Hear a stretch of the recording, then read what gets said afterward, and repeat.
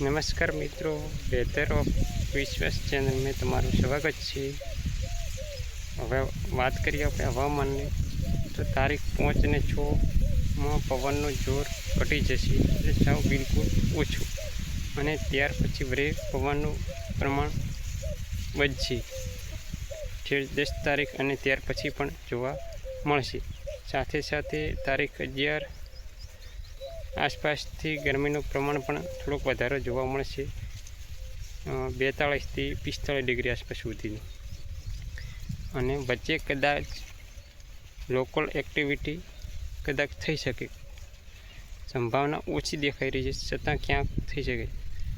અને વધારે તો આપણે ગઈકાલે અપડેટ ટેસ્ટ ઉપર આપેલી છે, એ મુજબ કદાચ આજે સાંજના ટાઈમે રાજસ્થાન બાજુ કદાચ વાદળા જોવા મળી શકે છે।